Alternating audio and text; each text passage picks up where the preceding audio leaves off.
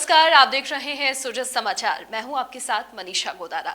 खास बुलेटिन 41 जिले 41 खबर में आपको अपने जिले से जुड़ी तमाम छोटी और बड़ी खबरें देखने को मिलेंगी, जिनका सीधा सरोकार आपसे और आपकी सरकार से है। मुख्यमंत्री श्री भजन लाल शर्मा के निर्देशानुसार अपराधियों पर सख्त कार्रवाई के तहत पुलिस थाना लूनी में थाना अधिकारी डॉक्टर हनुमंत सिंह राजपुरोहित की अगुवाई में सीएलजी बैठक आयोजित हुई। बैठक में थाना अधिकारी ने सदस्यों से परिचय कर क्षेत्र के पुलिस संबंधी शिकायतों और सुझावों पर चर्चा की। उन्होंने बताया कि तेज रफ्तार डंपरों पर अंकुश लगाने के लिए नाकाबंदी की जा रही है और सभी चालकों को धीमी गति से वाहन चलाने के निर्देश दिए गए हैं। गौवंश को सड़क हादसों से बचाने के लिए सदस्यों को रेडियम बेल्ट वितरित कर उन्हें खुले में घूमने वाली गायों पर लगाने को कहा गया। लूनी गांव के खेल मैदान में बेवजह घूमने वाले युवकों पर कार्रवाई का आश्वासन भी दिया गया। बैठक में पुलिस अधिकारी और सभी सीएलजी सदस्य मौजूद रहे। सावन के पवित्र महीने के चौथे और अंतिम सोमवार पर हरिशेवा धाम उदासीन आश्रम स्थित हरिसिद्धेश्वर महादेव मंदिर में सहस्त्रधारा अभिषेक हुआ। महामंडलेश्वर स्वामी हंसराम उदासीन के सानिध्य में विद्वान पंडितों के मंत्रोच्चार के बीच भगवान शिव का जल, दूध, बेलपत्र और फूलों से अभिषेक किया गया। मंदिर परिसर शिवमय हो उठा और हर तरफ हर हर महादेव के जयकारे गूंजने लगे। सुबह से ही दर्शन के लिए श्रद्धालुओं की लंबी कतारें लगी रही। सावन भर चले धार्मिक अनुष्ठानों और विशेष पूजा अर्चना का आज समापन हुआ। स्वामी हंसराम उदासीन ने सभी भक्तों को आशीर्वाद देते हुए कहा कि भगवान शिव की कृपा से सभी के जीवन में सुख, शांति और समृद्धि बनी रहे।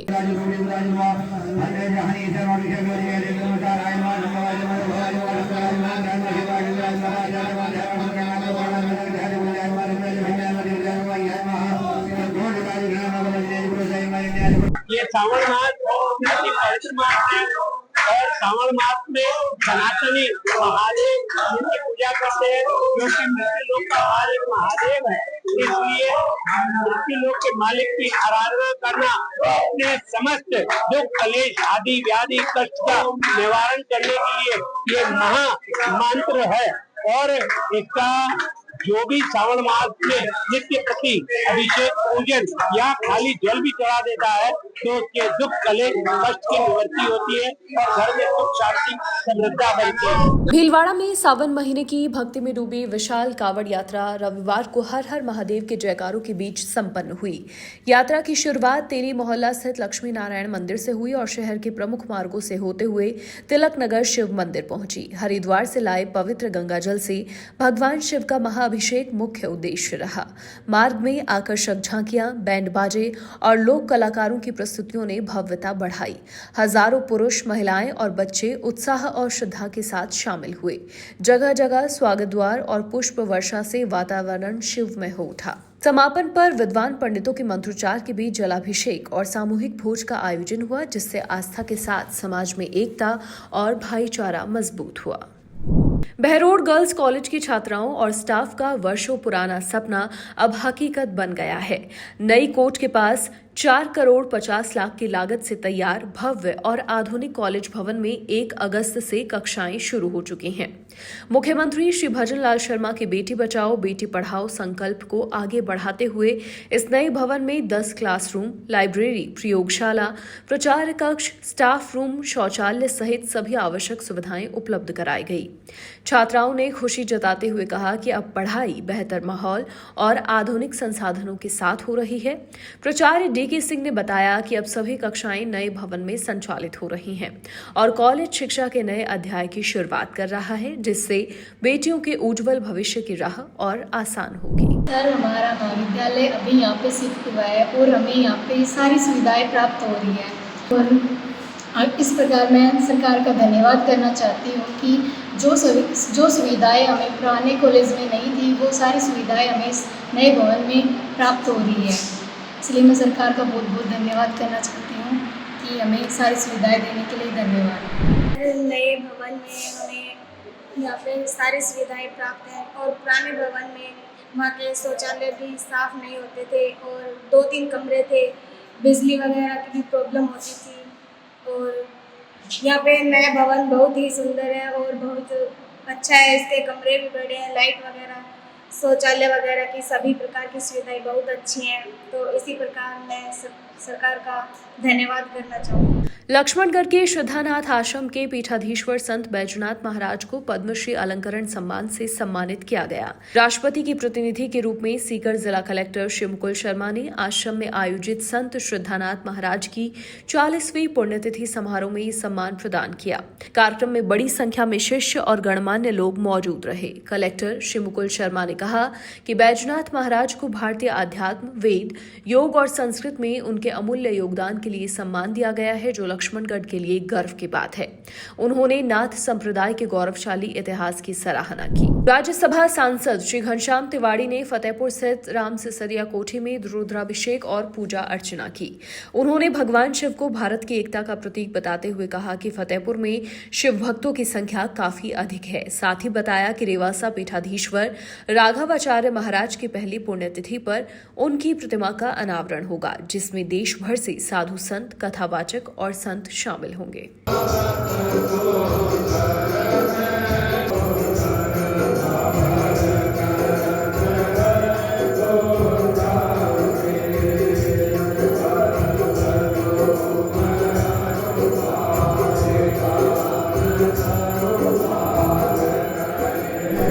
भगवान शिव जो हैं वो भारत की राष्ट्रीय एकता के प्रतीक, क्योंकि वो कैलाश में निवास करते हैं।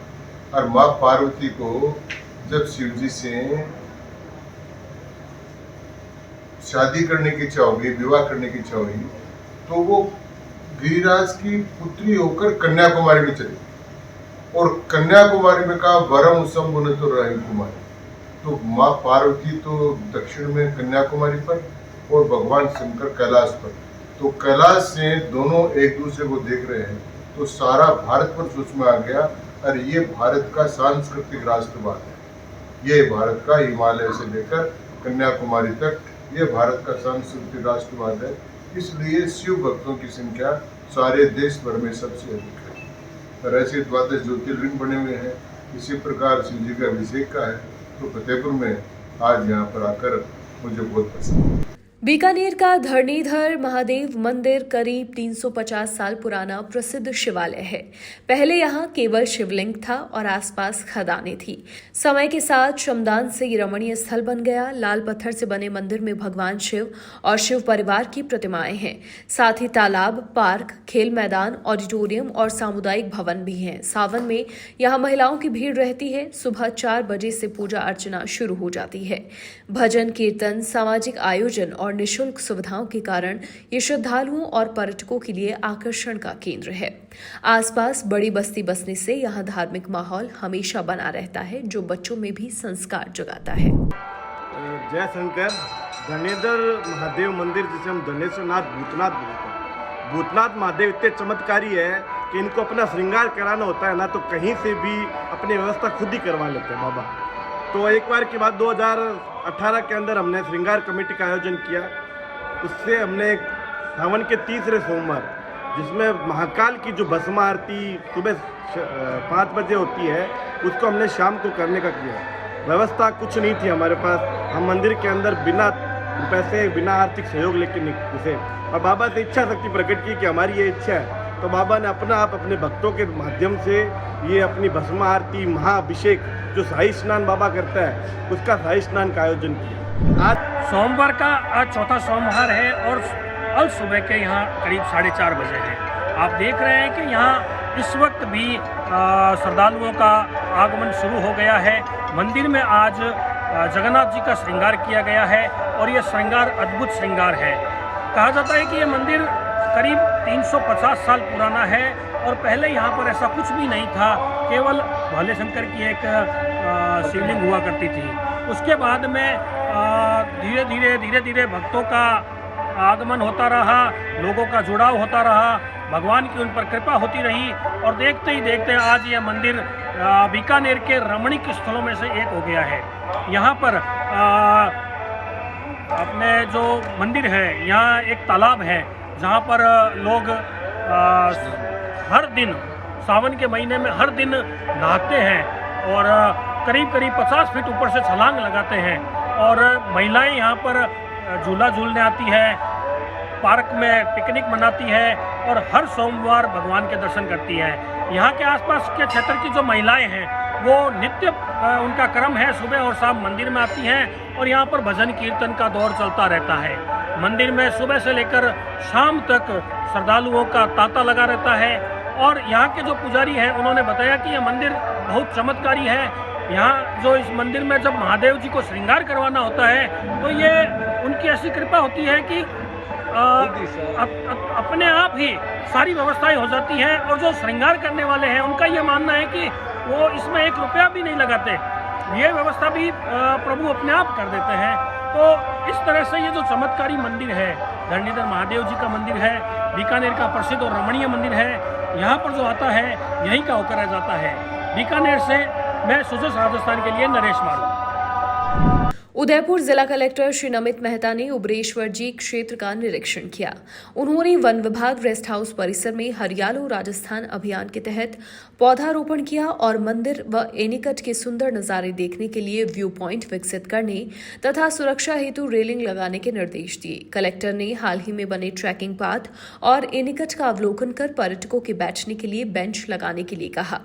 यूडीए आयुक्त श्री राहुल जैन ने एनीकट पर आकर्षक लाइटिंग का सुझाव दिया। उप वन संरक्षक श्री अजय चित्तौड़ा ने बताया कि एनीकट और ट्रैकिंग पाथ का लोकार्पण जल्द प्रस्तावित है। इस मौके पर गिरवा एसडीएम श्री अबुला साई कृष्ण और अन्य अधिकारी मौजूद रहे। सावन माह के आखिरी सोमवार को फतेहपुर में शिव भक्तों का उत्साह चरम पर रहा।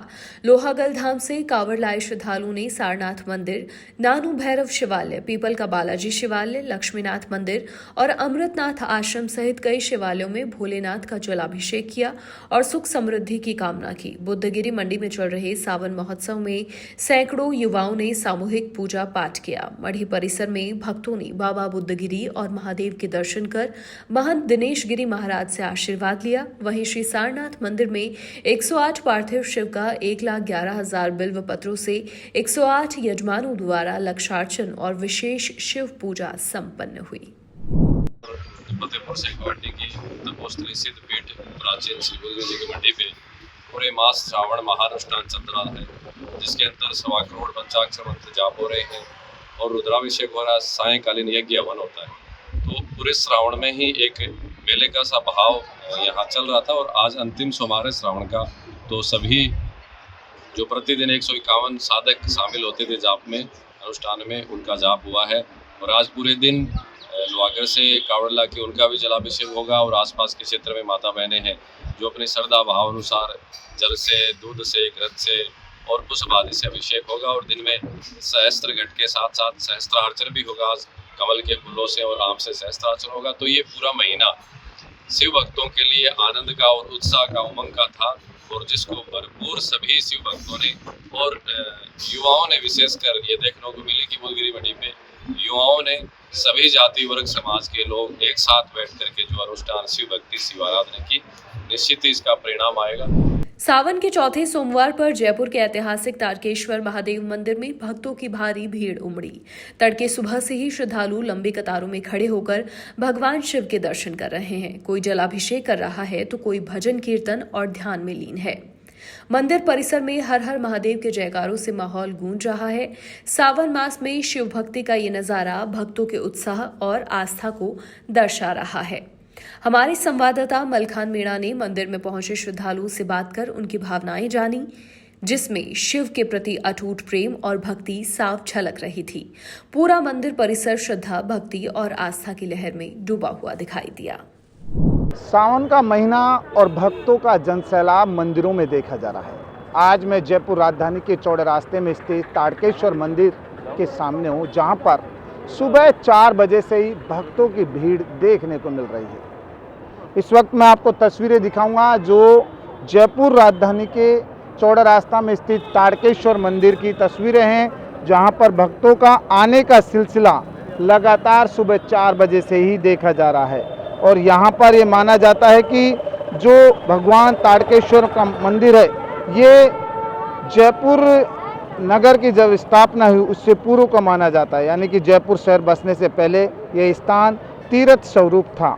और ऐसी मान्यता है कि शिवलिंग की यहाँ पर जो स्वयं भू हैं, अर्थात धरती से स्वयं ही प्रकट हुए थे, और उसी को लेकर यहाँ पर जो भक्तों का आने का सिलसिला है वो सुबह 4 बजे से ही हो जाता है। यानी कि भक्तों का जो आते हैं वो कहते हैं कि यहाँ पर आने से हमारी मनोकामना पूर्ण होती है। और ख़ास तौर पर सावन के महीने की अगर बात की जाए तो सावन के महीने में यहाँ पर भक्तों की लंबी कतारें देखी जा सकती हैं। मंदिर से लगभग 2 किलोमीटर तक लंबी कतारें यहाँ नज़र आती हैं। और ये तस्वीरें आप देख रहे हैं पूरी तरह से सुबह से लगातार भक्तों का जनसैलाब। हर भक्त के हाथ में भगवान शिव को पूजने की सामग्री है। किसी के हाथ में भगवान पानी का लोटा है तो वहीं बिल पत्र और तमाम जो सामान है वो नज़र आ रहा है। माता से बात कर लेते हैं। अम्मा, कैसा लग रहा है? आज चौथा सोमवार है, क्या कहेंगे? बढ़िया लग रहा है, अच्छा लग रहा है, क्यों नहीं लगेगा, भोलेनाथ की कृपा है।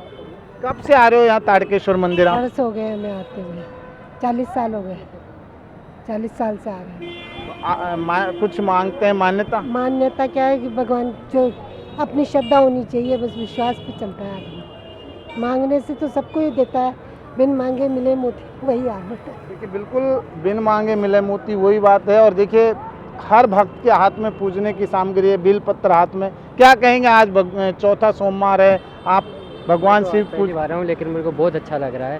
तो देख रहे पहली बार आए? कहाँ से आए?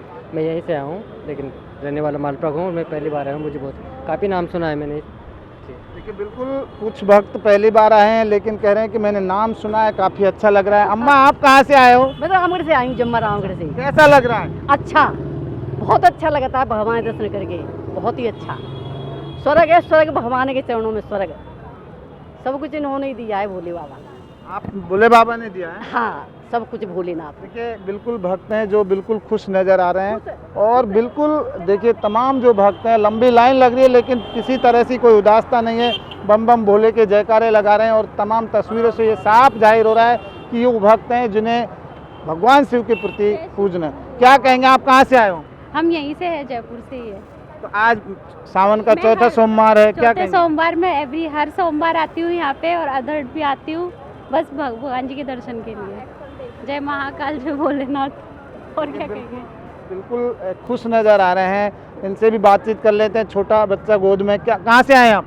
जोडवाड़ा से। कैसा लग रहा है? सावन का चौथा सोमवार है। बहुत अच्छा लगा है। मैं तो पहली बार आई हूँ यहाँ पे दर्शन करने, पहले तो कभी आई नहीं हूँ। अब देखते हैं आगे। पहली बार आए हो? हाँ, पहली बार आई हूँ। नाम सुना, वैसे आए हो? नहीं, नाम तो सुना है पर आए नहीं, मंदिर के दर्शन करने नहीं आए, कभी नहीं, पहली बार आई हूँ। देखिए, बिल्कुल कुछ भक्त पहली बार आए। अम्मा, आप कहाँ से आए हो? मैं तो जयपुर की हूँ। जयपुर की हो? तो पहली बार आए तो रोज आते नहीं हो? नहीं, पहले भी आए हुए हैं। अच्छा, पहले भी आए हो। कैसा लग रहा है? चौथा सोमवार है, अच्छा लग रहा है। लाइन में खड़े हो, कोई परेशानी? नहीं नहीं, कोई परेशानी। मंदिरों में तो लाइनें लगती हैं। देखिए, बिल्कुल लाइन में खड़े हैं लेकिन कोई परेशानी नहीं है। और इस तरह से भक्त हैं वो काफ़ी खुश नज़र आ रहे हैं। तो ऐसे में सावन का सोमवार और आज चौथा सोमवार पर देख सकते हैं कि मंदिर में जो जनसैलाब है सुबह 4 बजे से ही नज़र आ रहा है।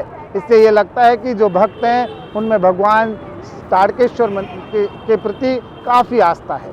कैमरामैन राजेश पारिक के साथ सुजस समाचार से मलखान मीणा। राजस्थान में हाल की बारिश के बाद किसानों को राहत देने के लिए मुख्यमंत्री श्री भजन लाल शर्मा ने प्रदेश में ऑनलाइन गिरदावरी की पहल की है। 1 अगस्त से शुरू होकर 15 अक्टूबर तक चलने वाली इस प्रक्रिया के तहत टोंक जिले में खरीफ संवत 2082 की लगभग 10,21,000 खसरों की डिजिटल क्रॉप सर्वे होगी।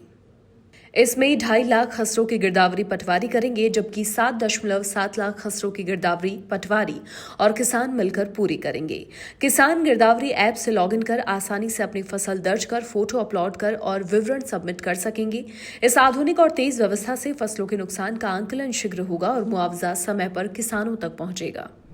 जिले में लगातार बहुत ही ज़्यादा जो बारिश है वो बहुत हो रही है। हमारे जो बांध है वो भी लगभग सारे ओवरफ्लो है। तो उसी को देखते हुए जो राज्य सरकार है उसने फसल खराबा जो है किसानों का, उसको मद्देनजर रहते हुए कि उनको टाइमली जो पेमेंट है वो मिले और जो उनका खराबा हुआ है वो भी नोट हो जाए। उसके लिए जो गिरदावरी है, ऑनलाइन जो गिरदावरी DCS जिसको बोलते हैं, डिजिटल क्रॉप सर्वे जिसको बोलते हैं, उसके तहत वो आज यानी कल से 1 अगस्त से वो अभियान चालू हो चुका है। जिसके तहत जो पटवारी है वो हर खेत में जाके उसमें उसको क्या कि पहले होता था कि एक साथ वो गिरदावरी कर सकता था, बट अभी हर खेत पे उसको जाना पड़ेगा। हर खेत की लोकेशन लेके वहाँ की जो फसल है उसकी फ़ोटो लेके उसको अपलोड करना पड़ेगा। उसमें खराबा अब सरकार ने एक इसके साथ साथ एक किसान गिरदावरी ऐप दिया है, जिसमें पटवारी के अलावा किसान खुद भी अपने जो खेत है उसकी गिरदावरी कर सकता है। तो वो 1 अगस्त यानी कल से चालू हो चुकी है। तो किसान गिरदावरी एक ऐप है, उसमें जाना है किसान को, उसमें उसके जनाधार डालना है, उस पर OTP आएगा, फिर खुद खेत पे जाके उसकी फोटो खींच के अपने खसरा नंबर भर के अपनी गिरदावरी और अपना जो खराबा है फोटो डालोगे तो उस हिसाब से खराबा वो पटवारी उसको वेरीफाई कर देगा। खेतड़ी विधायक इंजीनियर धर्मपाल गुर्जर रोजाना अपने खेतड़ी नगर स्थित कार्यालय में सुबह 8:30 बजे से दोपहर 1 बजे तक जन सुनवाई करते हैं। दूर दराज से आए ग्रामीण अपनी समस्याएं सीधे विधायक के सामने रखते हैं, जिनका समाधान वो मौके पर संबंधित अधिकारियों से बात कर तुरंत करवाते हैं। इसके बाद वो क्षेत्र का दौरा करते हैं। ग्रामीणों का कहना है कि अब किसी मध्यस्थ की जरूरत नहीं है, कोई भी व्यक्ति बिना रोक टोक विधायक से मिल सकता है। कई उदाहरणों में उन्होंने बिजली, पानी और विकास कार्यों से जुड़ी समस्याएं तुरंत सुलझाई, जैसे शिमला गांव में अगले दिन नया ट्रांसफार्मर लगवाना और बांसियाल ग्राम पंचायत को 30 लाख रुपए की अतिरिक्त स्वीकृति देना। विधायक का कहना है कि वो कागजों पर नहीं धरातल पर काम करते हैं और जनता से किए वादों को पूरा करना ही उनका उद्देश्य है। श्री राजेश कुमार ने खंड ब्लॉक मुख्य अतिरिक्त शिक्षा अधिकारी के पद का कार्यभार संभाल लिया है। इससे पहले वो राजकीय उच्च माध्यमिक विद्यालय चिरानी में प्रधानाचार्य थे। हाल ही में राज्य सरकार द्वारा जारी स्थानांतरण सूची में इस पद पर कार्यरत सनोज मान का तबादला राजकीय उच्च माध्यमिक विद्यालय गोरीर में होने के बाद ये पद रिक्त हुआ था, जिस पर राजेश कुमार की नियुक्ति हुई। पदभार ग्रहण करते हुए उन्होंने कहा कि उनकी प्राथमिकता खेतड़ी ब्लॉक में शिक्षा के स्तर को बेहतर बनाना होगी। वो सभी के साथ तालमेल बनाकर खेतड़ी को शिक्षा के क्षेत्र में उत्कृष्ट बनाने का प्रयास करेंगे और नई जिम्मेदारी को पूरी ईमानदारी से निभाएंगे। इस मौके पर CBO अनुकंपा अल्डावतिया, जनप्रतिनिधि और कार्यालय स्टाफ मौजूद रहे। सीकर कलेक्ट्रेट सभा कक्ष में जिला कलेक्टर श्री मुकुल शर्मा की अध्यक्षता में साप्ताहिक समीक्षा बैठक आयोजित हुई, जिसमें विभिन्न विभागों के अधिकारी मौजूद रहे। बैठक में 15 अगस्त समारोह की तैयारियों, स्कूलों और आंगनबाड़ी केंद्रों के जर्जर भवनों से बच्चों को सुरक्षित स्थान पर शिफ्ट करने, टूटी सड़कों की मरम्मत और जलभराव से बचाव की व्यवस्थाओं पर चर्चा हुई। कलेक्टर ने रेलवे अंडरब्रिज और पुलियाओं पर संकेतक बोर्ड लगाने, शहर के गड्ढों को ढकने, अनावश्यक मलबा हटाने और मॉनिटरिंग सुनिश्चित करने के निर्देश दिए। बरसात में खनिज खदानों की सुरक्षा और बच्चों को जलभराव क्षेत्रों से दूर रखने की समझाइश पर भी जोर दिया गया। सभी विभागों से अद्यतन प्रगति रिपोर्ट मांगी गई और अगली बैठक में प्रगति की पुनः समीक्षा होगी। राजसमंद जिले की आमेर तहसील की घोसुंडी ग्राम पंचायत के राजपुरा स्थित चारागाह भूमि पर हरियालो राजस्थान अभियान के तहत पौधारोपण की शुरुआत हुई। स्थानीय निवासी श्रीकांत सिंह चौहान ने बताया कि खनिज विभाग के अभियंता श्री गोपाल बच्च की पहल से भामाशाह और आमजन को पौधारोपण के लिए प्रेरित किया जा रहा है। इसी क्रम में एक पेड़ मां के नाम अभियान के तहत राजपुरा मंदिर के पास 1 दर्जन पौधे लगाकर कार्यक्रम की शुरुआत हुई। चारागाह पर 1400 से अधिक फलदार और छायादार पौधे भी लगाए जाएंगे। उनके नियमित देखभाल होगी और साथ ही घोसुंडी पंचायत के प्रत्येक परिवार को भी एक पौधा लगाने के लिए प्रोत्साहित किया जा रहा है। कार्यक्रम में कई जनप्रतिनिधि और अधिकारी मौजूद रहे। वोकल फॉर लोकल अभियान के तहत आकांक्षा हाट मेला 4 से 9 अगस्त 2025 तक जायल में आयोजित हो रहा है। इसका उद्घाटन राज्य मंत्री डॉक्टर मंजू बागमार ने मुख्य अतिथि के रूप में तथा नागौर जिला कलेक्टर श्री अरुण कुमार पुरोहित की उपस्थिति में किया। मेले में हस्तशिल्प, हथकरघा, जैविक और कृषि उत्पाद, पारंपरिक खाद्य पेय पदार्थों का प्रदर्शन और बिक्री हो रही है। स्थानीय कलाकार सांस्कृतिक प्रस्तुतियां दे रहे हैं, साथ ही पारंपरिक कला कौशल का लाइव प्रदर्शन हो रहा है। इस अवसर पर विभिन्न विभागों के अधिकारी, एजेंसियां और संस्थाओं के प्रतिनिधि कारीगरों और उद्यमियों को मार्गदर्शन व बाजार से जोड़ने में सहयोग कर रहे हैं। सावन में कोटा का नीलकंठ महादेव मंदिर श्रद्धा और आस्था का केंद्र बनता जा रहा है। पुराने कोटा के रेतवाली क्षेत्र में ये प्राचीन मंदिर अपने 1 इंच से भी छोटे शिवलिंग के लिए प्रसिद्ध है, जिसके दर्शन मात्र से कष्टों का निवारण माना जाता है। यहाँ शिवलिंग पाताल तक समाने की मान्यता है और सावन व शिवरात्रि पर भक्तों की लंबी कतारें लगती हैं। मंदिर परिसर में चमत्कारी हनुमान जी, काल भैरव, नवग्रह और गंगा गणेश की प्रतिमाएं हैं। 1500 साल पुराने शिलालेख और साधु की समाधि इसकी ऐतिहासिकता को दर्शाते हैं। मंदिर में 1.25 लाख महामृत्युंजय जाप, रुद्राभिषेक और विशेष पूजन होते हैं, जिनसे रोग दूर होने और निरोगी जीवन का आशीर्वाद मिलने की मान्यता है। देश विदेश से श्रद्धालु यहाँ दर्शन के लिए आते हैं। ये स्वयंभू श्री नीलकंठ महादेव है।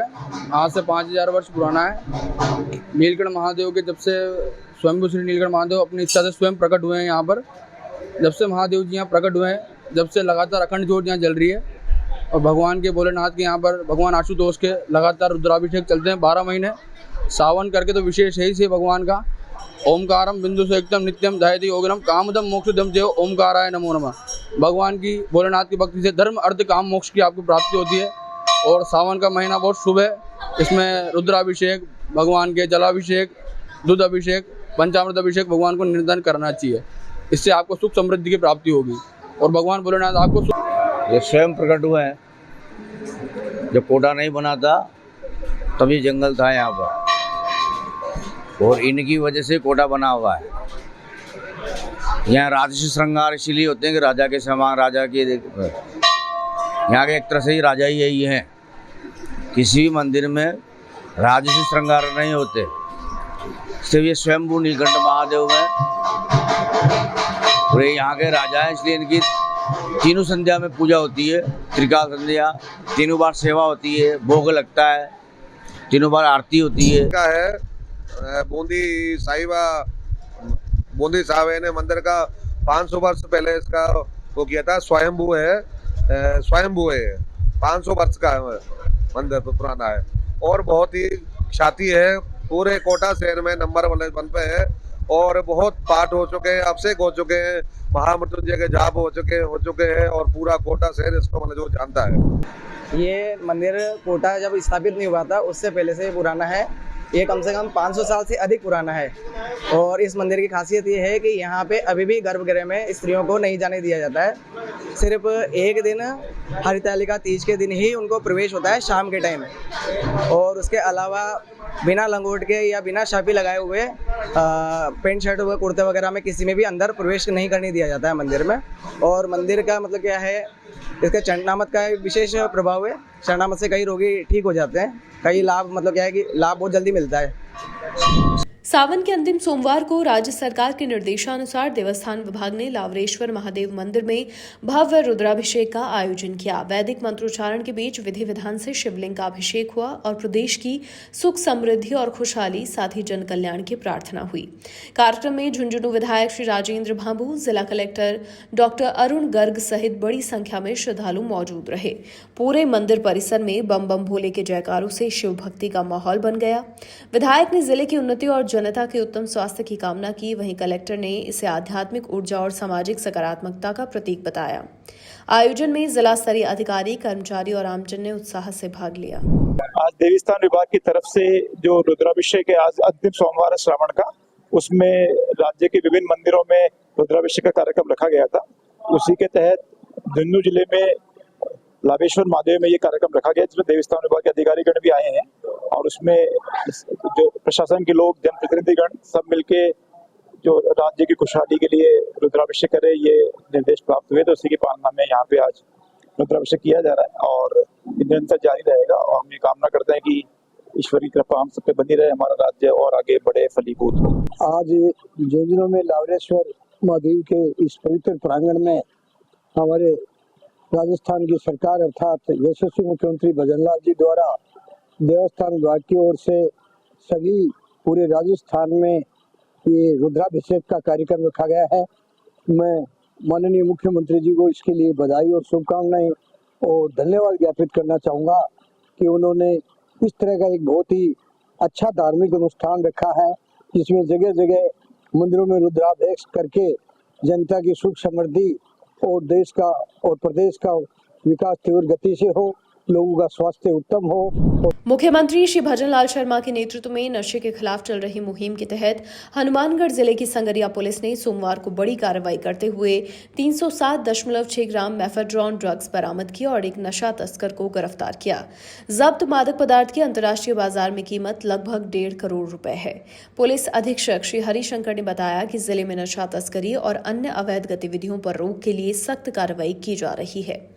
संगरिया थाना अधिकारी अमर सिंह के नेतृत्व में भारतमाला रोड रतनपुरा के पास नाकाबंदी के दौरान आरोपी समुद्र सिंह को गिरफ्तार किया।